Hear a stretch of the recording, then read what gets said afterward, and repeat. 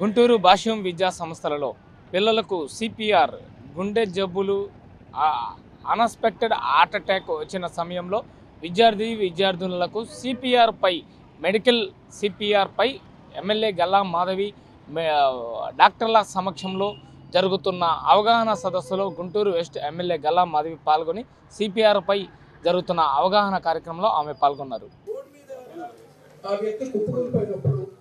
ఎవరైతే రక్షిస్తాడో అట్లా రక్షించబడే వ్యక్తి ఇద్దరు సేఫ్ గా ఉండాలి కాబట్టి ఆ వ్యక్తిని ప్రదేశాన్ని చేయడం చాలా ముఖ్యం. 80% out of hospital cardiac arrest అంటే వైద్య సిబ్బంది లేని చోట out of hospital cardiac arrest అంటారు. ఈ షాక్ వ్యక్తి రికవర్ అయ్యే అవకాశం ఎక్కువగా ఉంటుంది.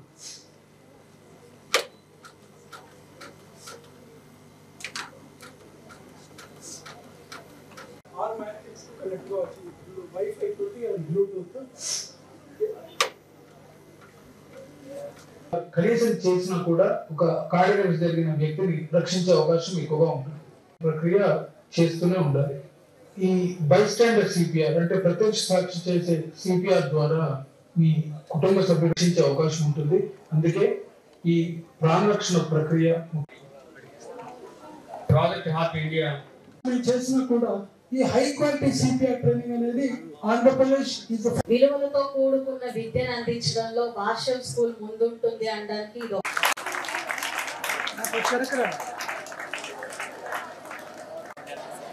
ఇప్పుడు ఇది క్వాలిటీ సిపిఆర్ గౌరవనీయ అభివృద్ధిలో తర్వాత విద్యార్థులు ప్రాక్టీస్ చేశారు. వారి తర్వాత శిక్షణ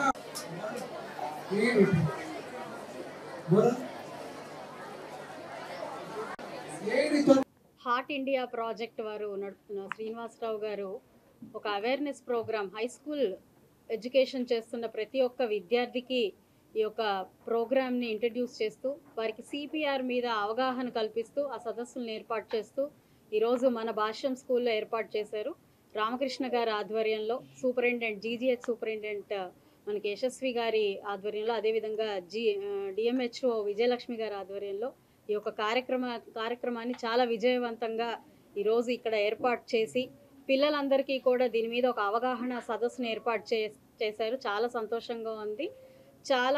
చాలా మంది కూడా ఈ కార్డియాక్ అరెస్టుల ద్వారా ప్రాణాలు కోల్పోతున్న పరిస్థితుల్లో దీని మీద అవగాహన కల్పించడం చాలా అత్యావశ్యకంగా భావించి ప్రాజెక్ట్ ఇండియా వారు ఈ ప్రోగ్రామ్ని రూపొందించి చాలా చక్కగా ప్రతి ఒక్క స్టేట్లో దీన్ని ముందుకు తీసుకెళ్తూ ఉన్నారు. మన గుంటూరులో కూడా ఈరోజు శ్రీనివాస్ గారి నేతృత్వంలో ఈ యొక్క కార్యక్రమం చాలా విజయవంతంగా జరిగింది.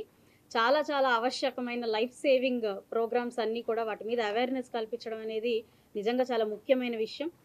అది కూడా ఈ ఏజ్ నుంచి కూడా పిల్లలకి ఇలాంటి అవగాహన కల్పిస్తే రానున్న రోజుల్లో ఇలాంటి సమస్యల ద్వారా ప్రాణాలు కోల్పోవడం అనేది చాలా వరకు తగ్గించవచ్చు అని ఈరోజు ఒక వీడియో రూపంలో అదేవిధంగా ప్రాక్టికల్ సెషన్స్ పిల్లలతో చేయించి వాళ్ళకి చక్కటి నాలెడ్జ్ని వాళ్ళు అందించారు. చాలా సంతోషం అండి.